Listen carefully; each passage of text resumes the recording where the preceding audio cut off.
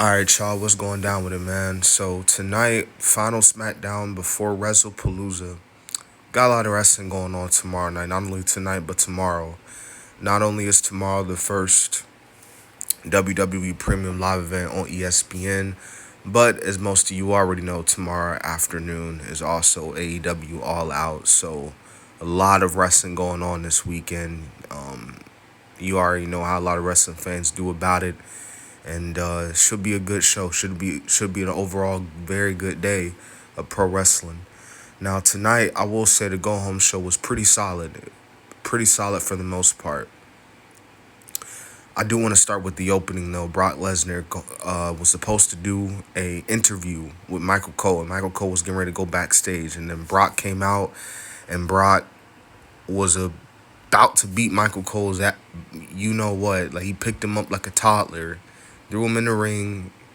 And if you already saw, you already know what happened. Corey Graves tried to help out. Corey Graves got F5 not once but twice.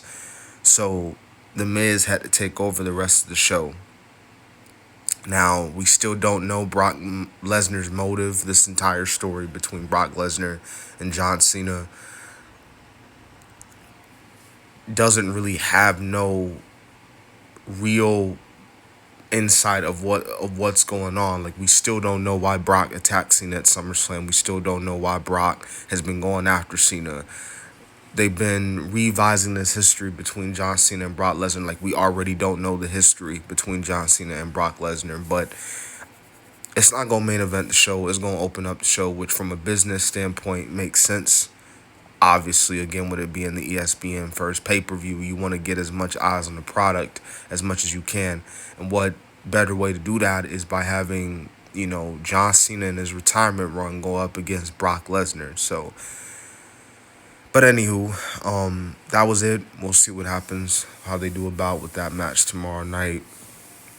You had Charlotte Flair and you had Alexa Bliss take on the Secret Service. It was pretty solid for the most part, I'll say. Charlotte and Alexa was able to get the win.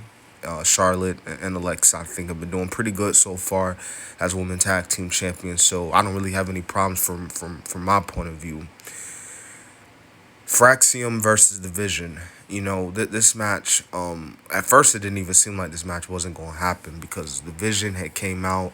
They were about to beat Fraxium, and Paul Heyman was cutting his monologue about how Division is going to dominate the Usos tomorrow. And, Fraxium was able to get back in. Now, Fraxium, granted, I will say this, they still got beat majority of the match. But this was not too bad. I think Fraxium was able to show off a little bit. They were still able to show up and still put on some of an effort. They still lost the match, but they put on an effort. But you knew Division was going to win. They need all the momentum they can get into tomorrow. They're still teasing this breakup with the Street Profits. Now, the Street Profits said they was cool. Montez, told Dawkins, hey, man, we cool, man. Like, it's like what old girl said. I mean, we brothers, and sometimes brothers like family, we gonna fight. We gonna have some disagreements here and there.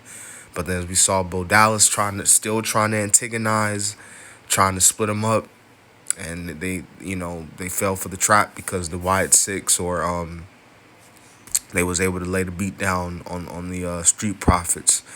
You had Sami Zayn take on Carmelo Hayes in what was a very good match, I think, for the United States Championship.